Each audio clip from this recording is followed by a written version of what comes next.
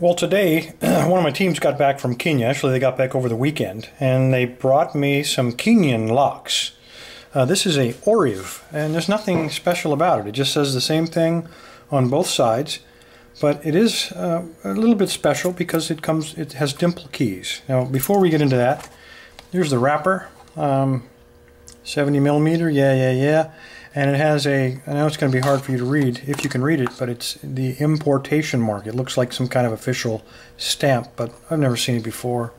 Probably homemade. And then we get to the interesting part over here. A quality product specially made for Vero Locks in Kenya, Limited. Now, of course, Vero is a very good company. They make excellent locks, and ORIV, of course, is Vero spelled backwards. So I think it's another case of patent violation. I don't know. Anyway, here's what the keyway looks like. You can see a double row of dimples down there. And for those of you who have ever seen one of these, this is a Kaba 8. It's actually a Baldwin Kaba 8. It has the same style. In fact, here's the key for it. And I've spent many hours trying to open this lock with no success.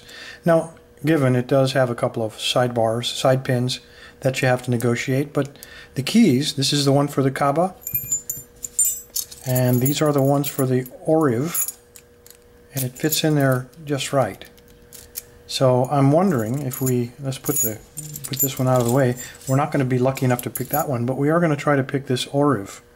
And now I'm going to take the Kaba key, and indeed it does fit. It doesn't open it, but it comes close, I guess. But anyway, here's the normal key, the ORIV key. Fantastic, good spring action.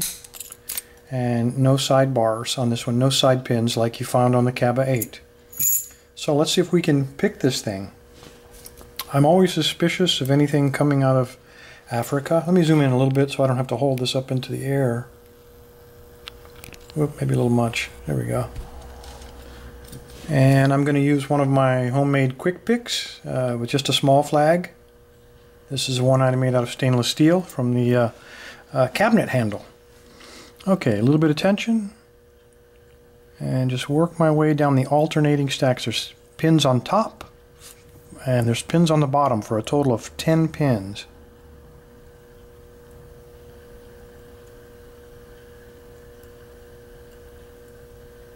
And I'm just looking, I'm hoping that this being probably a lower quality standard than the Kaba, that I'm going to feel some tension. And I just set one pin. You probably saw a false set.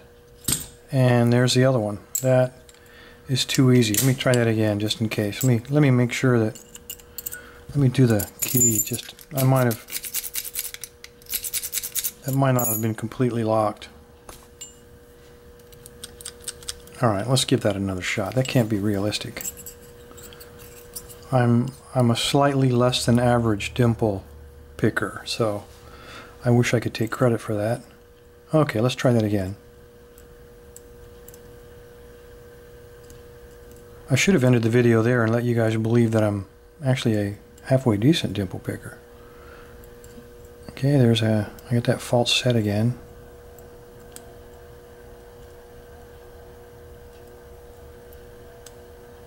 Jeez, there we go again. Okay, well, I truly am a slightly less than average dimple picker. This is just a really weak lock. This obviously is not from Vero, has nothing to do with Vero, I'm absolutely positive. So anyway, there's your ORIV. It's a 10 pin. Again, there's the key. You notice you got double rows, but it's 5 on one side, and then of course the opposing side looks just like this, but on the opposite side, of course. So there you go.